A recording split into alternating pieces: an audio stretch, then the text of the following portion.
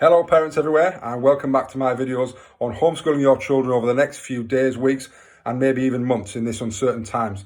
We're going to get into tip 2, my daily tips, in a little while. But before we get into that, I just wanted to say a huge thank you to everyone that shared this video yesterday. I had an amazing response from people basically all over the world, and it's clear that it's obviously having some impact, and people are really appreciative of it. So please keep sharing it on whatever social networks you are sharing it on.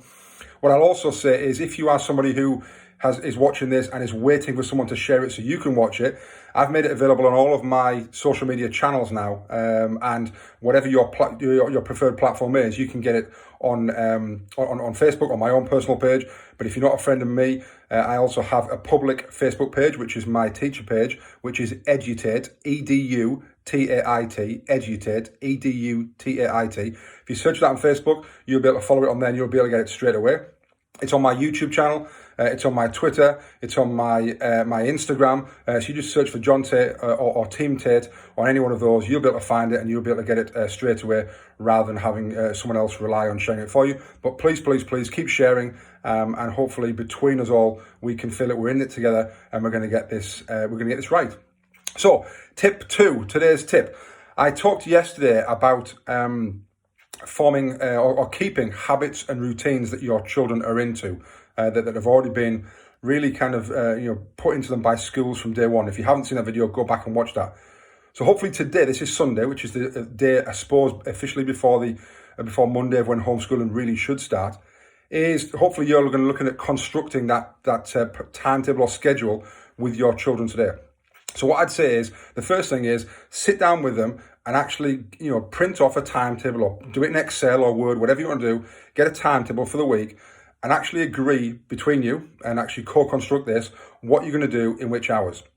Now, the big thing that I think, and certainly what we've done in our house this morning, is to actually get the kids to actually put in which subjects they think they're going to do in which hour. The reason that's so powerful is because if they've got ownership of it, and if you think about anything in our life, if we've got ownership, we've got far more motivation and far more interest in actually making it happen. So rather than you saying you're going to do English at this time and maths at this time, let them have a look at it, and yes, look at it with them, but they're sensible, they know what they need to cover, and then they can start to put in what they want at certain times of the day. And then it's a timetable that you can say, listen, you've constructed this, we did this together. Secondly, and my real big tip for today, really, that I want to share with you, is that within each hour, it's pretty unrealistic to ask your child to work one-on-one in silence for an hour. That's just not going to happen. So what we would always say is to split it into 25-minute sections with a 5-minute break.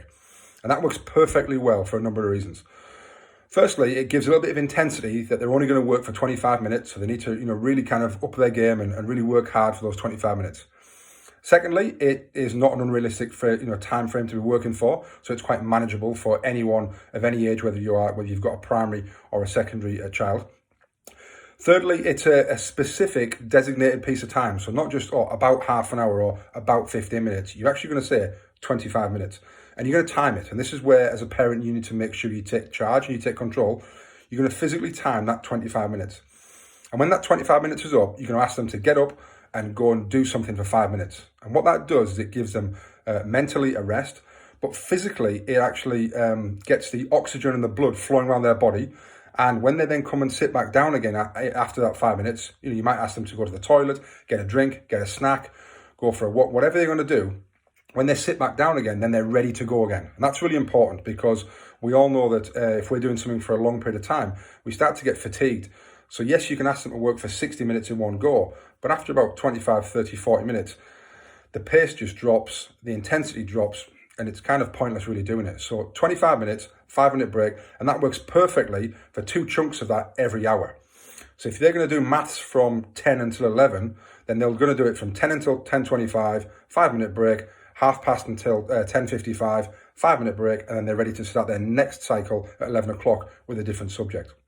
So stick to that, and plan out the lessons that you want throughout the week. That, like I say, your kids will know what they need to cover. You may already have some kind of an idea from your school about what they want you to cover across the week. So fit all those things in, print it out, stick it on the fridge. We're a nation that loves printing and putting things on the fridge, whether it's postcards, whether it's magnets. Get that timetable front and center on your fridge in your kitchen Everyone knows what they're doing, when they're doing it. And two other little tips for me, one that I'll come back to in a couple of videos time, because I'm going to film how we're doing it here. You may have already seen Joe Wicks is going to be doing the Nation's PE lesson every morning. I think it's 9 o'clock on his YouTube channel. What a great way to start the day. Get them up at about 8:15, get them dressed, get them fed, and then let's all do the Joe Wicks PE lesson. And what that'll do, it'll energize them, it'll get them going, it'll get them out of bed, and it'll also feel like a bit of a, I suppose, a collective and a collegiate response across the country, knowing that there's probably thousands, maybe even millions of people doing that at that time, all in the same boat, all starting the day in the same way. So that's a really great way to do it. And my last tip is, if you are going to plan your timetable, be realistic and be nice to your kids. Give them an early finish on Friday. Say if you're going to work hard all week, let's finish at 2 o'clock or 2:15 or something on Friday. Because again, we all like doing those type of things. It's about being realistic and it's about being manageable, making sure that you can actually do this in your own home. So there you go. That's tip 2 for today. Make sure you share this with any of your people in your networks who you think would benefit from it. And good luck. We can do this.